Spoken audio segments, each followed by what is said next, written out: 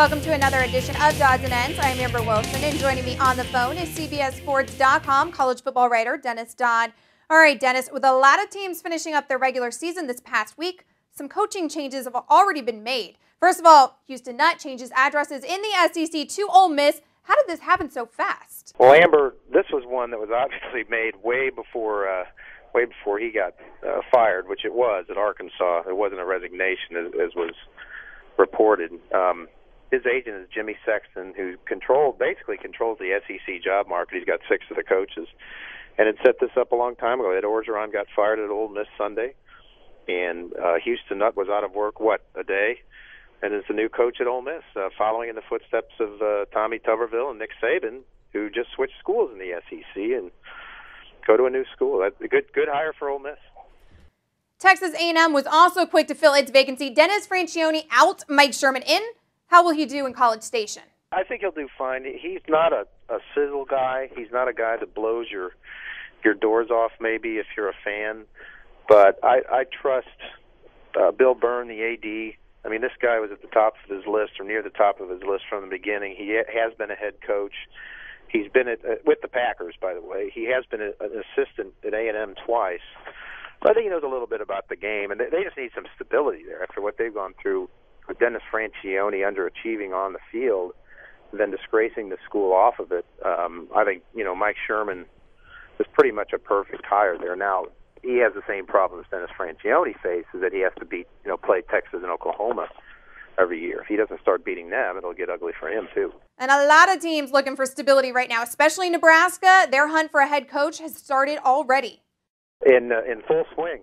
They've already flown to, I'm talking about Chancellor Harvey Perlman and the interim AD Tom Osborne. They've flown to Baton Rouge to talk to Bo Pelini, the defensive coordinator at LSU.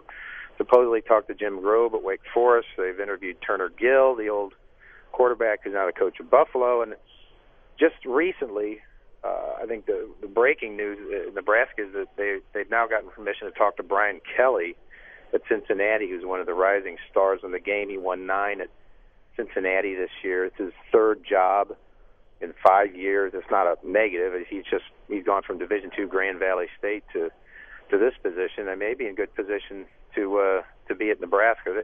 They need someone to fit the culture. They need to get it back on the tracks where Bill Callahan threw it all over the lot but couldn't stop air. They need to get some solidarity back. Several other openings in Division I, coaching changes across the board. Georgia Tech, they got rid of Chan Gailey. Any high-profile coaches in line up there? Yeah, there's a few interesting ones. Rick Neuheisel is back in the mix. He's let it be known that he wants back in college football, and I know he's trying to get a shot at Georgia Tech, if not there, somewhere else. But I think that in itself is news. He's been out of college football for 5 years since the disgrace of the betting pool thing at Washington, and went to high school actually as an assistant, worked his way up, and became the offensive coordinator of the Baltimore Ravens. So it's a great coach, a little bit shady with the NCAA rules, but a solid coach. There is football to be played on Saturday, not just a coaching carousel to talk about. Big 12 championship has Missouri #1 in the BCS and #2 in the BCS. West Virginia takes on Pitt at home. What are the chances these two teams end up 1 and 2? Well, yeah, it really zeroes down to those 2 games because Ohio State's done. They're sitting in the wings ready to pounce if one of those teams lose. And Missouri against Oklahoma, this is a rematch of a game played October 13th in Norman where I thought Missouri played pretty well. I was there. They only lost by 10. They were leading in the 4th quarter, and I think I've told people this, I think on turf, on a neutral field, indoors will really help Missouri in a revenge match. You got all those things going for you. With all this at stake, I mean, first time #1 since 1947, you got a chance to go to the championship game. I picked Missouri in this one. And West Virginia, it's going to be a walkover against Pittsburgh. This is a bad Pittsburgh team that's won 4 games. It's the backyard brawl, yes, but it's in Morgantown, and it's going to be more of a coronation than a game. West Virginia's going to ascend the throne, and after winning 4 of the last 5 Big East titles, they're going to play in New Orleans. In regards to the Heisman Trophy, Dennis, is there anything left to be done on the field to win it? Well, Amber, I don't think it's done yet. Obviously, Tim Tebow, the front runner, is done.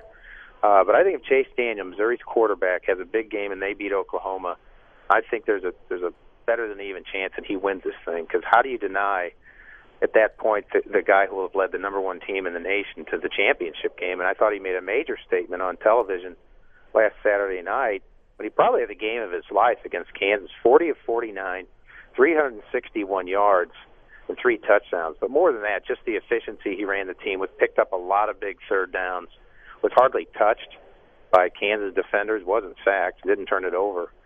I still think he's got a heck of a run left in him, and obviously Darren McFadden at Arkansas has done. He had a great impression on that Friday after Thanksgiving against LSU, but I think he's kind of faded from view. I think it's Tebow and Daniel right now.